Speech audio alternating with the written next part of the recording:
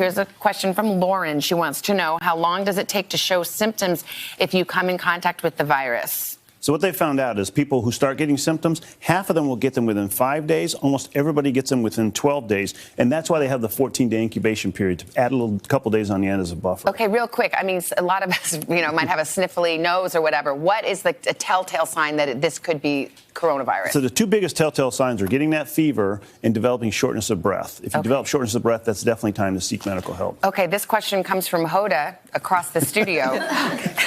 She read that taking widely used over-the-counter anti-inflammatory drugs like ibuprofen may worsen the coronavirus. I saw that article, too. I mean, that's the stuff you would take to keep your fever down. And from Hoda, I thought it'd be a toilet paper question. No, we all did.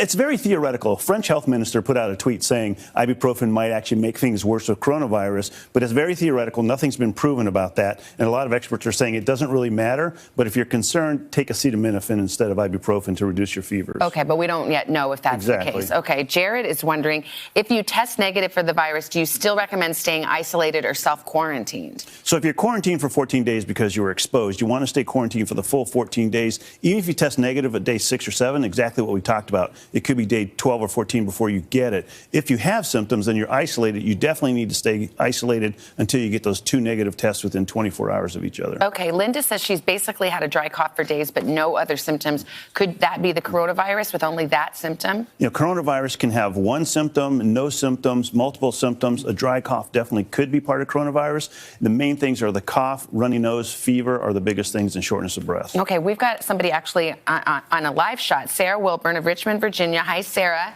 What's your question for Dr. John?